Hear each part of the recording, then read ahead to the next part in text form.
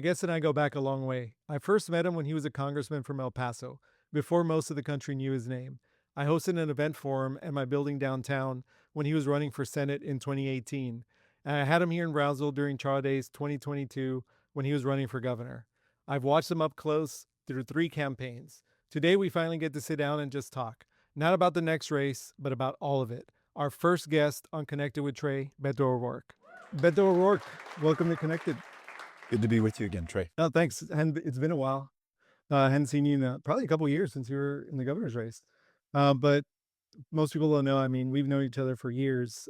First met you at Texas Southmost College when you were in Congress. Some people probably don't even know you were a congressman.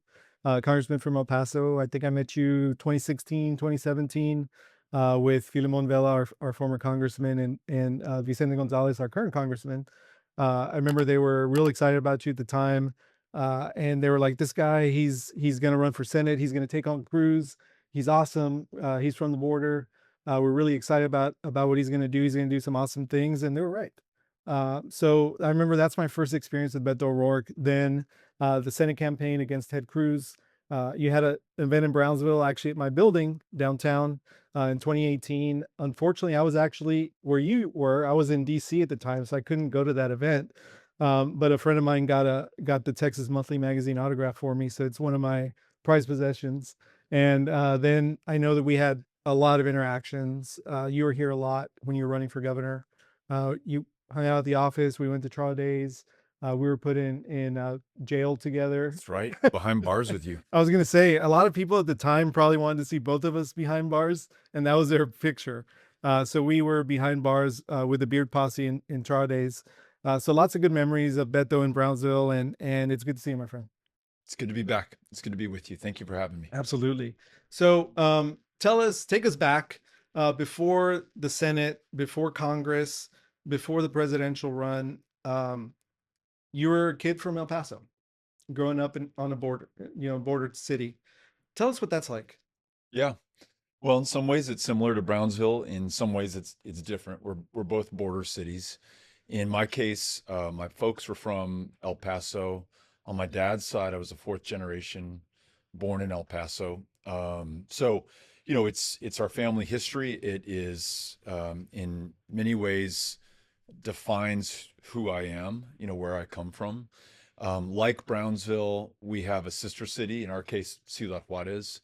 We are two halves of a binational community that is exceptionally beautiful and extraordinary and so positive, and is completely contrary to the image that is so often offered from those in power thousands of miles away from us in Washington, D.C., or opinion makers in New York or other parts of the country who fail to see that the reason that cities like ours are so strong and so successful and also so safe is not in spite of the fact that we are cities of immigrants, but because of the fact that we are cities of immigrants. And in our case in El Paso, about a quarter of the population was born somewhere else, chose to come to the United States of America, chose to come to the great state of Texas, chose to stay and grow their families and start their businesses and pursue their educations and create extraordinary things that we will all benefit from in my hometown of El Paso, Texas. And I'm incredibly proud of that. And I see that same pride in Brownsville. I just spent the entire day with Powered by People helping to register and work with new voters at UTRGV Brownsville campus. And I'm meeting young people who, one young man, Robert, told me that in his words, his family came here illegally. That's the phrase that he used, from northern Mexico, and they recognized they were never going to be able to provide for their kids the way that they wanted to if they were to stay there. So they came north. And in their case, it brought them to Brownsville, Texas. Now their son is doing extraordinarily well at UTRGV. He wants to go north now and go make his way further into the United States. He's registered to vote. He's going to participate in this next election. And he's proud of Brownsville and wants to spread the great news of what this city means, not just to him and his family, but to our country and to the future of the United States. So similarities, there's some differences. You all are in the tropics here. Everything's green. You have palm trees. The bird life is crazy. I live in the desert. I'm in the Franklin Mountains. Our base elevation in El Paso is 4,000 feet. So we're high desert, which is beautiful in its own right, but very different in some ways. But fundamentally, we are people of the border. We are people who understand our connection between the United States and the rest of the world, and that it's not a weakness or a threat or something to be locked down or walled off, but a source of strength and great pride for those of us who come here or who come from here and who now need to share that with the rest of the country so we don't see more bad policies being devised by people who don't know who we are, hurting the people that we care about and love. And I've always said, being from the border, I think it's something that makes us stronger. Uh, there's a sense of resiliency. It's beautiful having two cultures, and it's really one culture. I mean, being on the border, two languages, one culture. Y hay muchas personas que no saben que Beto O'Rourke sabe hablar español y nunca lo van a pensar, ¿verdad? Es la verdad, pero si vivimos en la frontera, es necesario entender la gente con quien trabajamos, en las escuelas donde están nuestros hijos, y nosotros que están en la política necesitamos entender las quejas, las oportunidades, los sueños de la gente que quieren representar y con quien vamos a luchar para un futuro más positivo. De acuerdo. There's a lot of people that don't know your dad was in politics. Your dad was a county commissioner, even county judge. You grew up in that, you saw that. And I know you were a shy kid, probably never thought you were going to ever be in office. What was that like growing up? And did you ever think at one moment, I mean, I guess, when did that light go off and say, you know what, I can do this? Yeah. Well, yeah, my dad, Pat O'Rourke, was a county commissioner in the 70s, a county judge in the early 80s. You know, the thing I take from his service was his fierce independence, always focused on doing what was right, not necessarily doing what was popular, and this intense pride that he had in El Paso and this belief that we could be better. You know, probably people in Brownsville hate the thing that we in El Paso hate, which is if you go to a restaurant or you hear a band or you receive some type of service and someone describes it as good enough for Brownsville, good enough for El Paso. What the hell did you expect? You live in a border town. You don't get good stuff here. It's not supposed to be New York level or Austin level or Dallas level. It's just Brownsville. It's just El Paso. Fuck that shit. We should have the absolute best of the best because we are the best. We have the most creative people anywhere. You know, people, to your point, Trey, who can create and work in two languages, two cultures, from two people who come together in this one place. It's exceptional. It's found nowhere else, not just in America, not just in Mexico, but I would argue on the planet. And I feel like my dad had that spirit. He really expected the best. And so when I was on city council, when I was in Congress, I'm here with my friend Cynthia Cano, who was my district director when I was in Congress.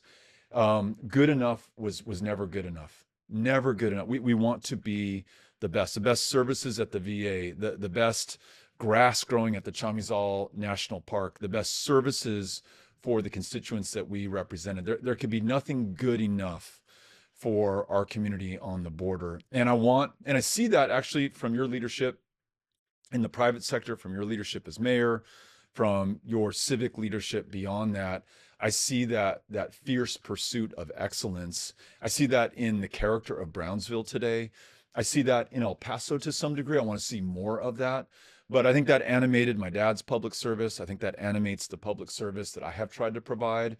And I want to, in whatever way I can, foster more of that in border communities like ours. And I agree. And that's one conversation I remember we had when you were running for governor at my office, when I was still mayor. And that's one of the projects I told you about that I remember you were really amazed by, because I felt the same way, that it's almost as if at the border, you should just be happy with what you get. Yeah. And that wasn't good enough. And that Yeah. wasn't going to be good enough. That's not why I ran. That's not what I wanted for my community. And I remember I told you about a project that I was doing citywide broadband. I was connecting Brownsville because the incumbent providers, the AT&Ts, the Spectrums, they weren't doing it. They weren't giving us fiber. They weren't giving us broadband connections. So guess what? We had to do it ourselves.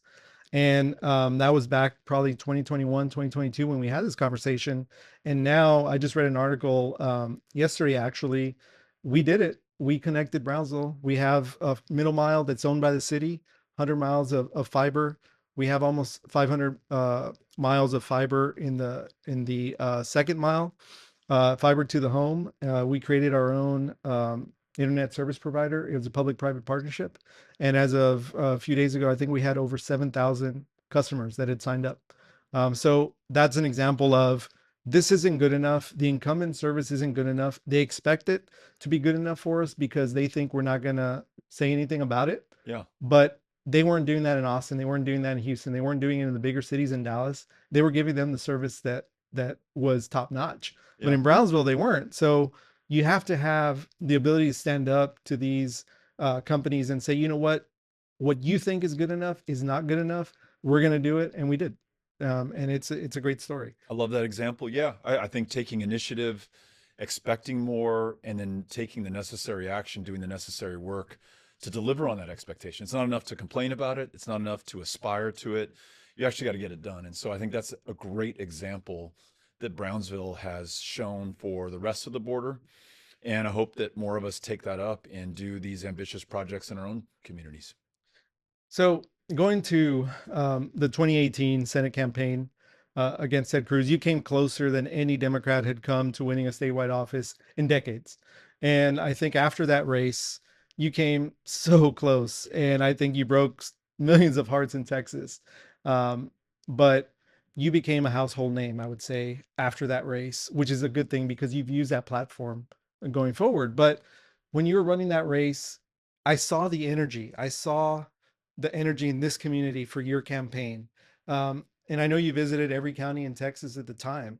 And I think you came within a couple points of beating Ted Cruz. When you felt that energy in all those 254 counties across the state, when you felt the energy of people wanting change and wanting to elect somebody like a Beto O'Rourke, what did that feel like? I think it felt like the expression of the people of Texas, not for a candidate and not even for a political party, but along the same theme that we have been exploring for something much better. We are unhappy with the minimum wage that's $7.25 an hour. We're unhappy with the fact that people with diabetes still die of the disease in the state of Texas because we're the least insured in the country. We're unhappy with the cruelty and the chaos and the corruption that is so defining of government at a statewide level and within our legislature. And we expect something better for ourselves and for our kids. We don't expect Democrats, and we're not necessarily fully against Republicans. We just expect better. And the dominant party at the time, the Republicans, were absolutely failing to deliver. And, you don't need to look far to find proof in the personalities we're talking about. You mentioned I ran against Ted Cruz. I mean, not only was that guy a joke in the US Senate when I ran against him, shutting down the government, failing to deliver for the state, but not too many years after I ran against him, when we had a major winter freeze and a power grid failure in the state of Texas, what does Ted Cruz do? He goes to Cancun, stays at the Ritz-Carlton with his family, while literally hundreds of his fellow Texans freeze to death in the energy capital of the world, but a place that through its government somehow cannot keep the lights on or the power running or the heat flowing to people who desperately need it to stay alive. So I think that spirit is still there. And I see that in the campaign of James Tallarico. He is an amazing candidate. I mean, I think he is a generational talent for the Democratic Party and for the state of Texas.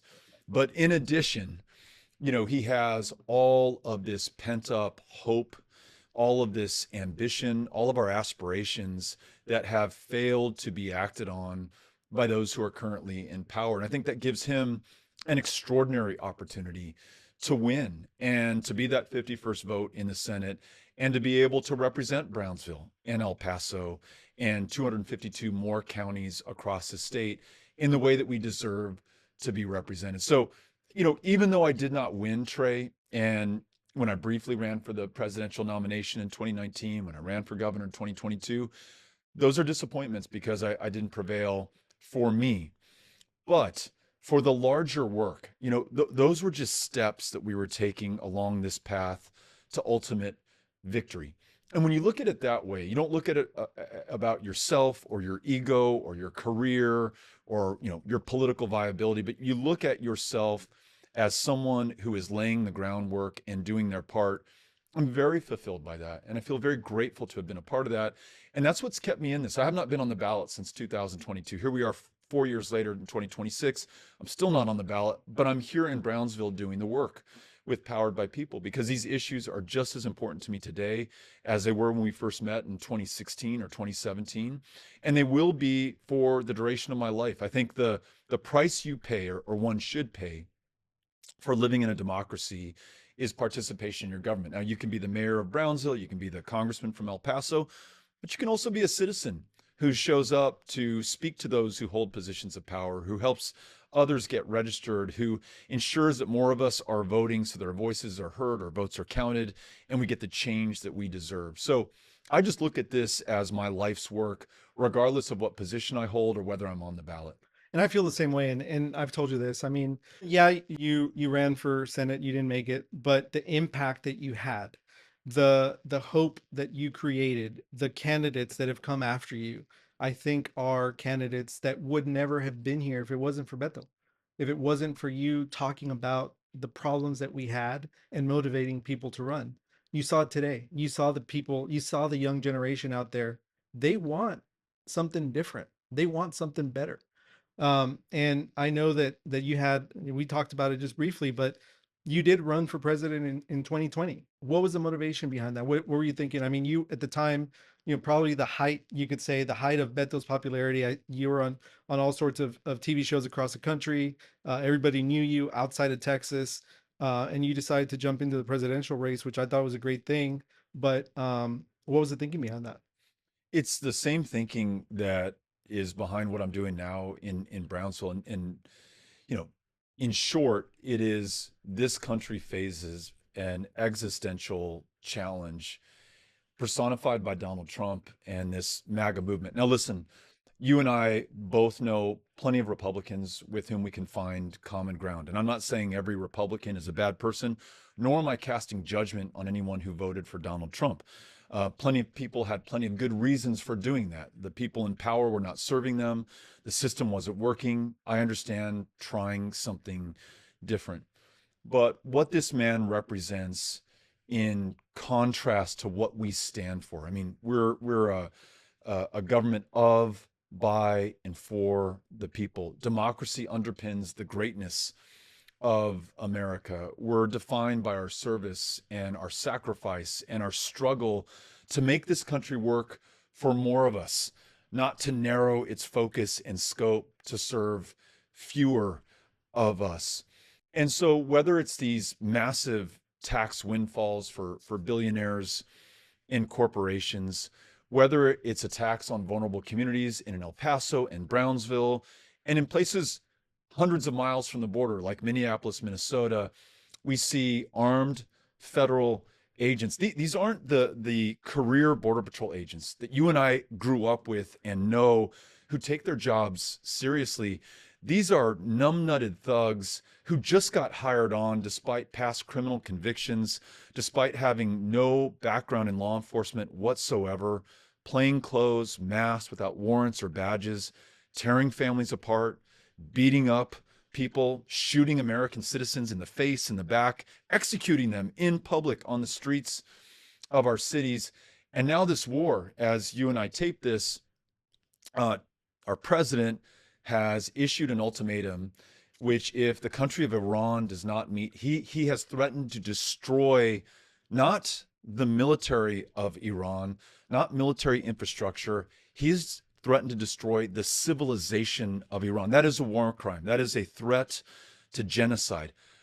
How in the world could we have come to this place? When he was elected in 2016, that was the impetus for me to run for the U.S. Senate. I was in Congress. I could have been reelected to that congressional position for the rest of my natural life, probably. Who knows?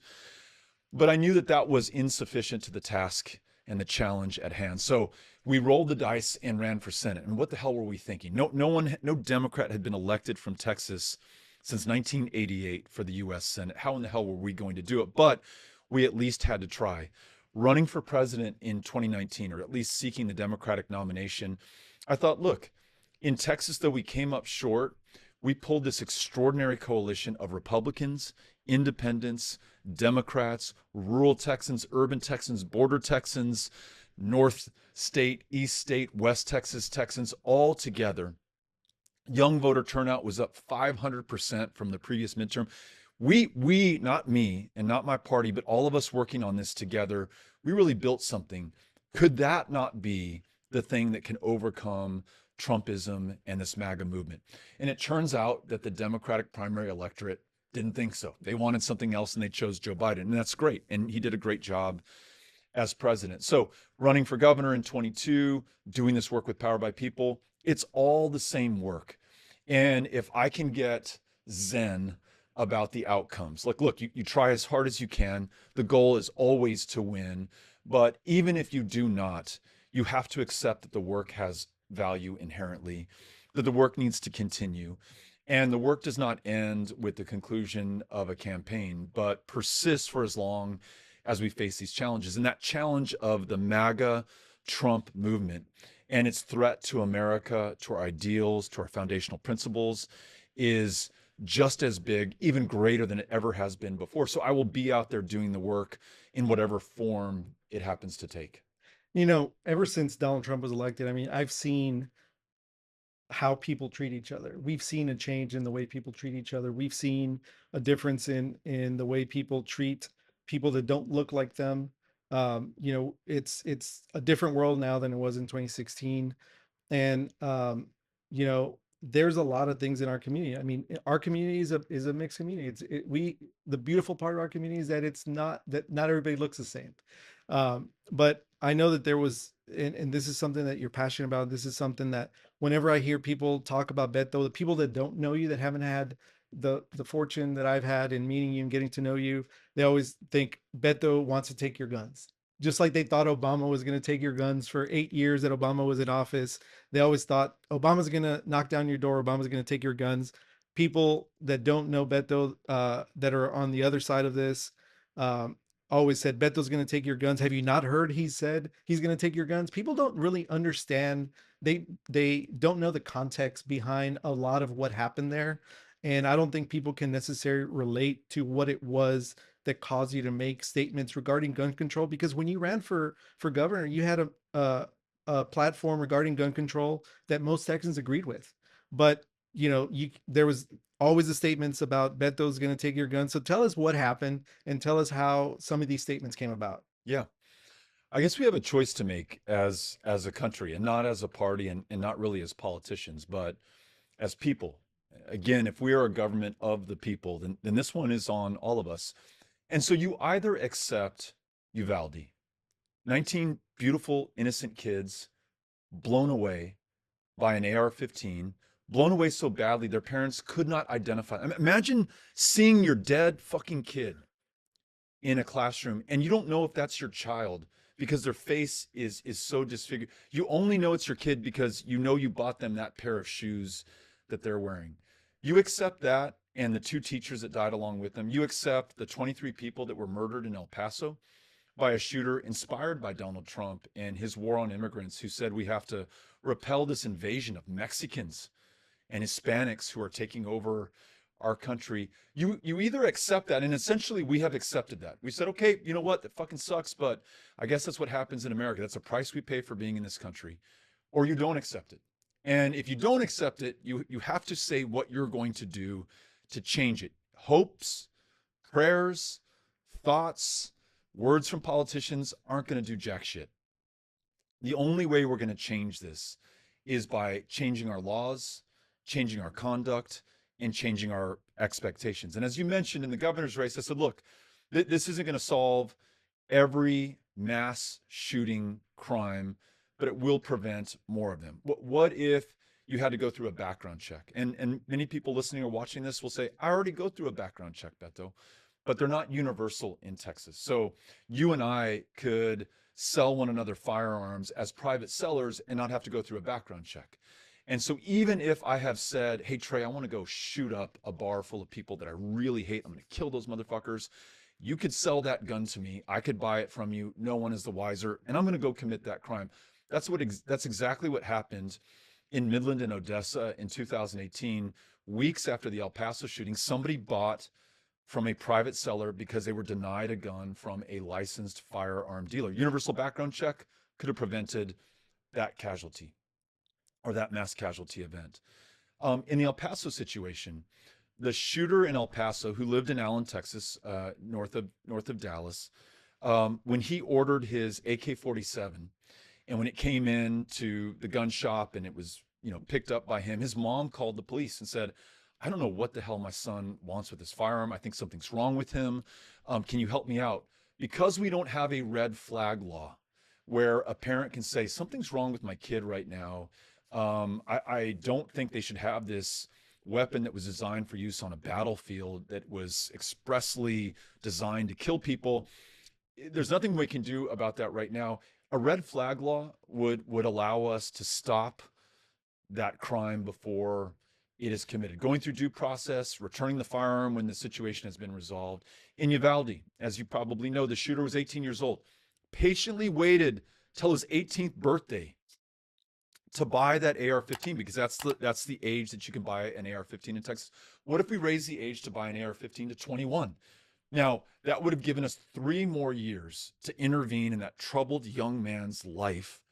By the way, his friends called him the school shooter because he talked about shooting up schools before he was able to buy an AR-15, go into school, and kill 19 kids and 2 teachers.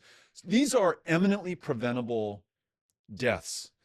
We have the power to stop that, but we have failed to use that power. And that's an indictment, not just on Greg Abbott and the Republican majority in the legislature, although they do have the power and they failed to use it, but it's on all of us who have not applied the pressure on our lawmakers or made this an issue front and center in elections, or elected people who vow to change our laws to reflect our values and the outcomes that we want to see.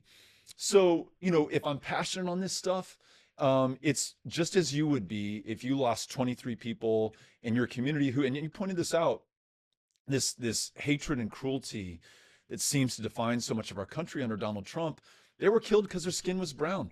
The guy, when he was arrested by the guy who killed these 23 people in El Paso, when he was arrested by police, he told them, I came to kill Mexicans.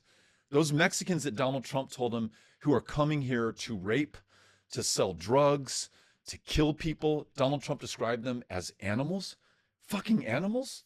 I don't know what Brownsville is, 95% Mexican American, El Paso, 85% Mexican American.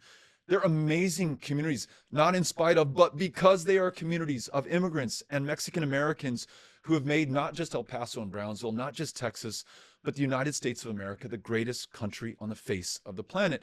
And so it's incumbent upon you and me to speak with the pride that we feel, with the facts that we know, with the truth that is evident to us, to the rest of the country, so we never have these kinds of massacres or terror events in our communities. But we also need the laws to equip, law enforcement to be able to step in either through a background check, a red flag law, or denying a sale to somebody who's not mature enough to own that firearm to prevent these casualties before they happen.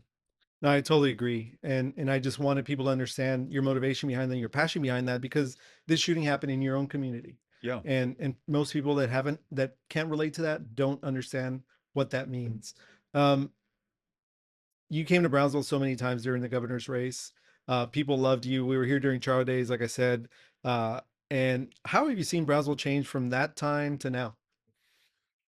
I mean, the fundamentals are there. You will not meet kinder people anywhere in the country. You mentioned that a friend of yours had texted you that, we were on the plane last night. I flew from El Paso to DFW to Brownsville.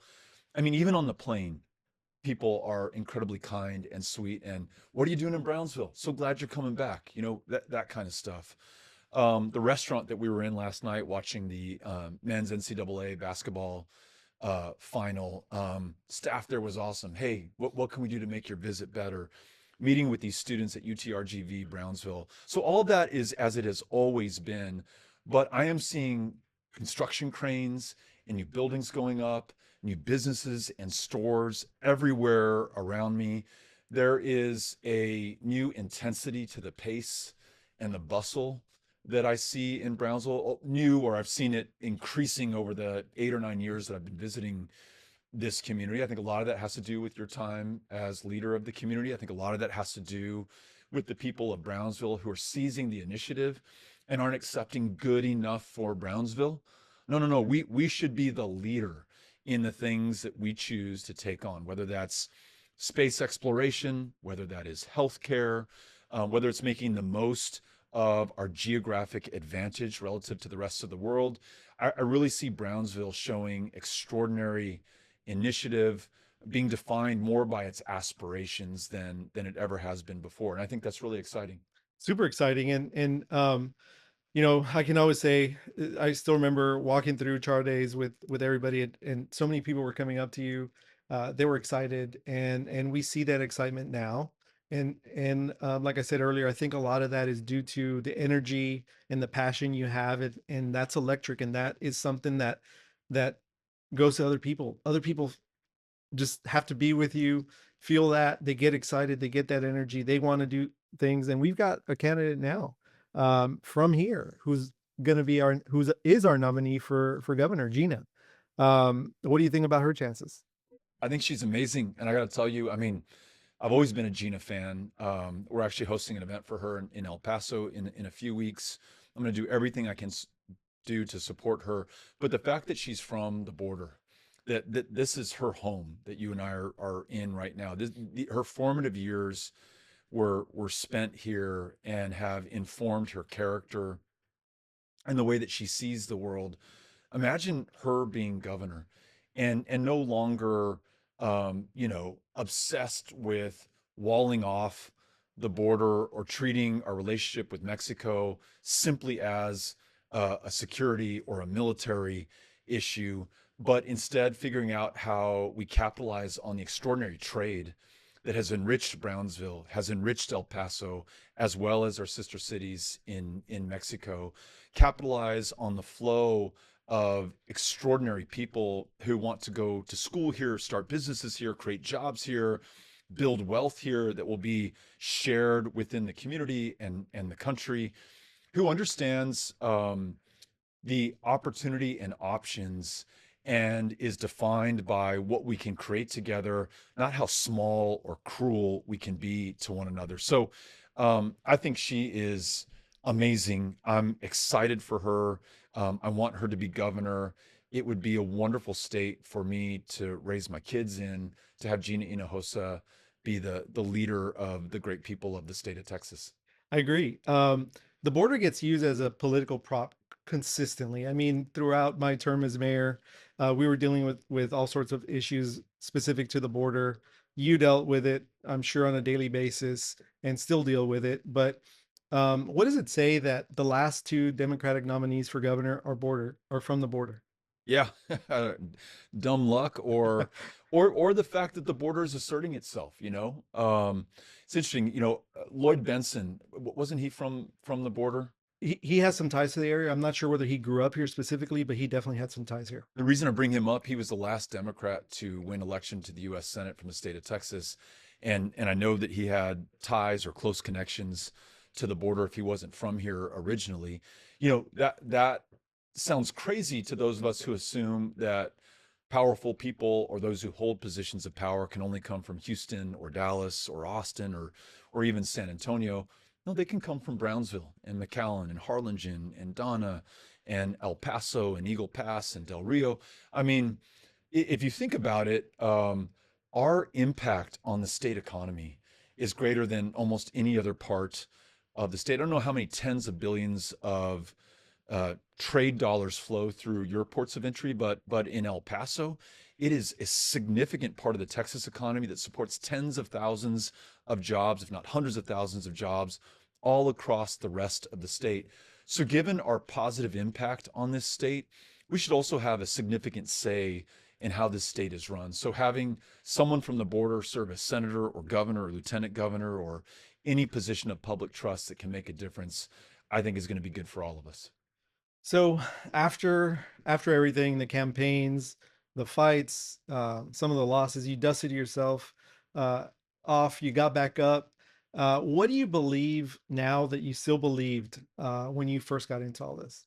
That I'm the luckiest person to be a Texan, to be an El Pasoan, to be a fronterizo, to be an American, to live in the world's greatest democracy, the world's greatest country.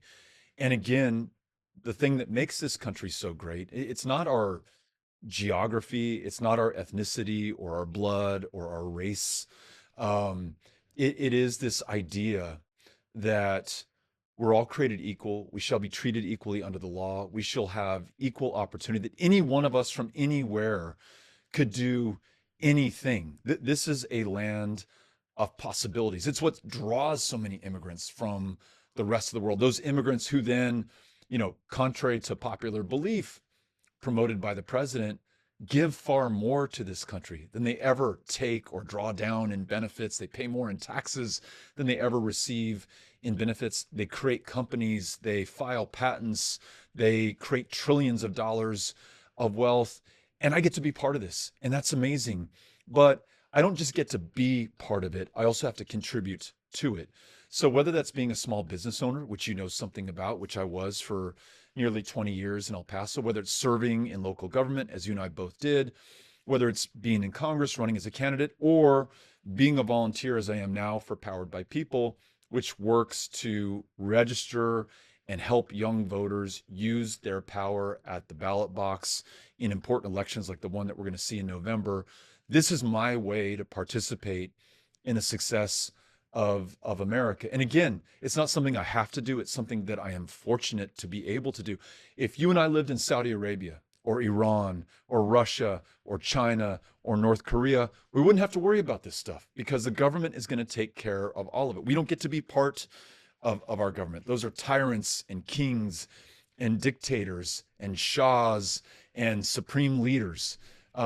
In America, it's of, by, and for the people. And Trey, you and I, and everyone watching this, we are the people. And we got to remember that because this whole experiment has never been more precarious, more under threat, closer to the possibility that we'll lose it once and forever. And so we've got to do everything we can with what we have wherever we are across the great state of Texas or across this wonderful country. And that's what you're doing right now. That's what I get to do right now. And I'm going to stay after it and keep it up. That's one thing I wanted to talk about because I see so much value in what you're doing with Powered by People. There's so much value in getting young people out to vote, telling them about the issues. Tell us a little bit more about how this started and how successful it's been so far.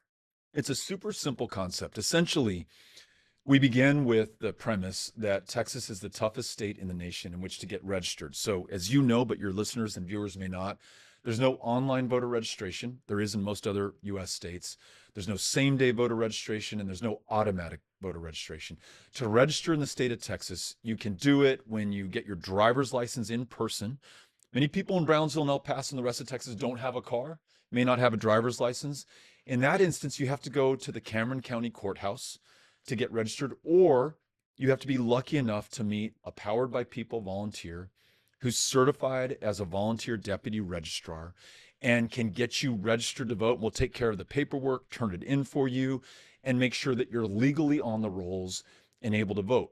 But the kicker, Trey, the thing that we do that's different than anybody else is after we register that young Texan, we ask them if we can stay in touch with them. And when we stay in touch with them, we do that on a personal basis. We don't give their cell phone number to the James Tallarico campaign or the Texas Democratic Party or even the Powered by People. It stays with the volunteer and that relationship that they built with the voter in person. And so let's say I had registered Cynthia to vote today on the UTRGV Brownsville campus. In 30 days, I would text Cynthia, "Hey, Cynthia, this is Beto. I met you a month ago. You should have received your voter registration card from the Secretary of State. Has that come in the mail yet?" If she says yes, I say, "Great. I'll follow up with you as we get closer to the election." If she says no, I try to track that down for her and I stay in touch with her until I can confirm that everything is checked out. If for some reason Cynthia is already registered, but her registration has been purged from the rolls, perhaps erroneously because she's a naturalized citizen and they're trying to say that she's an illegal immigrant who's illegally voting, we can help her restore her voting rights so that she'll be able to participate in this next election. So essentially, powered by people volunteers, not only register voters, but they become advocates for those voters and they nudge those voters to vote. So when we get a week away from the election, I text Cynthia again, hey, Cynthia, early voting's coming up. Here's your early voting location. Here are the early voting hours. Here's your sample ballot. Let's make sure that we vote. And then I stay in touch with Cynthia every single day during early voting until I can confirm that she has cast her ballot. Trey, we ran this program in 2024. And of the nearly 30,000 young people that we personally met on campuses just like UTRGV Edinburgh and UTRGV Brownsville, their turnout rate was over 79%. That same demographic, 18 to 29-year-olds in the rest of Texas who are not in our program, turned out at a rate of 37 to 39%. So we more than doubled the likelihood that a young person would vote by helping them to get registered, staying in touch with them on a personal basis, and then prodding and nudging and encouraging them to vote until they cast that ballot. That's what will make a difference. And if we can go from, Kasi 30,000 voters to 130,000 voters or 200,000 voters, I lost to Ted Cruz by 215,000 votes. So, this could be the margin of victory that we're working on. And that's what keeps me going. I'll be in, I mentioned UTRGV Edinburgh. I'll be there tomorrow. Next week, I'll be at the University of Houston. I'll be at Lone Star College in Harris County. After that, I'll be at UNT in Denton. I'm just going everywhere around the state, meeting these voters, working with these volunteers, and putting in the most effective work I can think of to help Democrats win these elections in Texas. And that's why I think it's so valuable. And I see the results and I see how effective it is. But besides strategies like this, what else needs to change in order for Texas to elect a James Talarico or a Gina Hinojosa? I honestly think that's it. I mean, we can tweet and post stuff on social media and talk till our faces are blue, but without the work, and the minimum work is voting and being registered to vote. I mean, that's, you don't get a cookie for that. But if you're willing to actually do the harder work of being certified to become a volunteer deputy registrar so you can legally register people to vote, if you're willing to volunteer with Powered by People or Move or Jolt or the number of extraordinary organizations out there, and meet voters where they are, especially vulnerable voters, young voters, voters in border communities, voters who are the targets of voter suppression and voter intimidation to begin with. I mean, look, I'll say this to the choir, but for those who don't otherwise know, the Rio Grande Valley and my hometown of El Paso have very low voter turnout rates. In some elections, it's below 50%. Nationally, the average is over 70%. In Texas, the average is over 60%. So you could draw the conclusion that, those of us who live on the border, we don't care about democracy. We don't care about these issues. We're lazy. These issues just don't matter to us. We're not going to be bothered. Or we could acknowledge that we probably aren't getting the resources and the help that so much of the rest of the state gets. Candidates, present company excluded, often don't visit our communities and show up and listen to us and include us in their campaigns. And when those in power try to hold on to power by suppressing the vote, they often look to communities like ours to keep the voter turnout low so that it doesn't threaten their ability to stay in office in perpetuity. So we have to work even harder than those in power to make sure that we empower people who currently aren't registered or who are registered and are not voting. And so that's what we have to do. We can't do this through convenience, through pressing buttons, through donating money. I mean, all those things are probably important and necessary aspects of this, but we got to get out there, roll up our sleeves, have some sweat on our brow, and go out and do the work that's going to win elections. It will not be easy, but nothing worth winning ever is. And so we've got to get out there and do the hard work. We could talk for hours, and I would love to do that, but I'm gonna close with this question. When are you gonna come back and see us? As soon as I possibly can. One of my favorite places on the planet is Brownsville and the rest of the RGV. I feel at home here. It reminds me of home. And so in the fall semester, we'll be back at the UT-RGV campuses. We'll be at Southmost College, which you did such an extraordinary job helping to lead when you were there. And we'll definitely be back to talk with you if you'll have us back. Absolutely. Beto, I've watched you through all sorts of chapters. You're such an inspiring person. Keep doing what you're doing. I'm just glad we finally had a chance to have this conversation. So thank you. Thank you, Trey. Yeah, Right back at you. thanks.